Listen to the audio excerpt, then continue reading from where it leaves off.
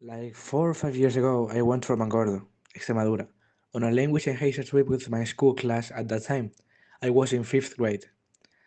At the beginning, it seemed much more difficult than it turned out to be. Despite one unwanted accident, I actually ended up having so much fun.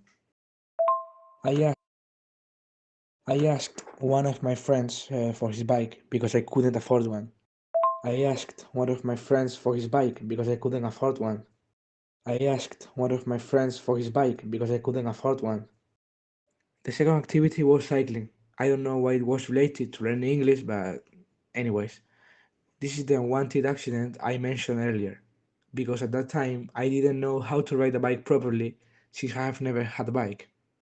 This is the unwanted accident I mentioned earlier, because at that time I didn't know how to ride a bike properly since I have never had a bike. Despite not knowing how to ride it, I bravely tried to cycle a bit, and although the first 10 meters were moving pretty well and easy, I suddenly fell off and ended up full of scratches and blood. It wasn't a big deal because the camp had some medkits and they managed to heal my serious damages. I actually cared I actually cared about it a lot, and the next month or so I decided to try as much as I could to learn how to at least drive a bike without falling. I got it at the end.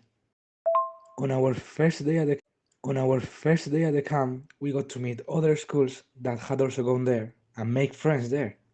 But we had to make questions and answer them in English, which added a notorious difficulty to the activity. This showed this showed me I can always improve from my mistakes and never let an error make me feel like I am the worst person.